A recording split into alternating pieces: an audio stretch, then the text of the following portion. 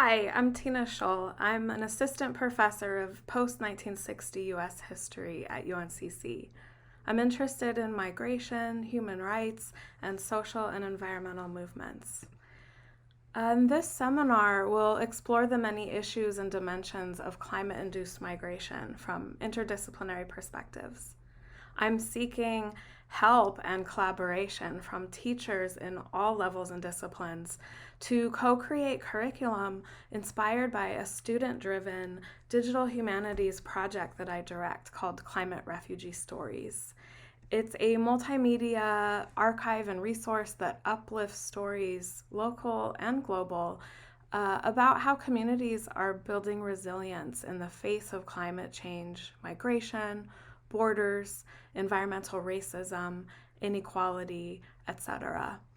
So some of the questions that we'll tackle include: who are climate refugees? There is no official definition or protections in international law. Also, how did we get here? This is where history comes in to explore who is the most impacted by climate change and why. Through understanding histories of colonialism, industrial development, environmental racism, etc.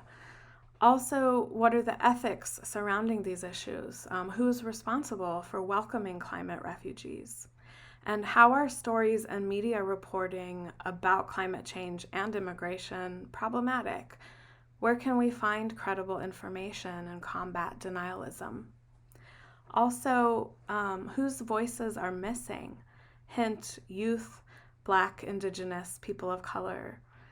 And how do art, storytelling, learning history, and sharing stories, how do they help us cope with eco-grief and eco-anxiety? So some of the readings that we can explore include news reporting and statistics. Here's a great New York Times Magazine series this year on climate migration. We can look at case studies, local and or global.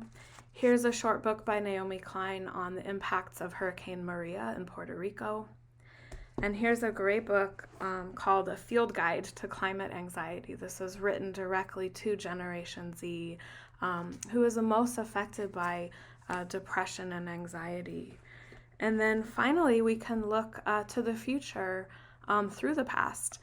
Here's a great book called Imagining the Future of Climate Change through Science Fiction and Activism that looks at how communities have used indigenous futurism, Black futurism, and sci-fi to inform their activism and their resilience building. So I'm really excited to explore these issues with you. Thank you.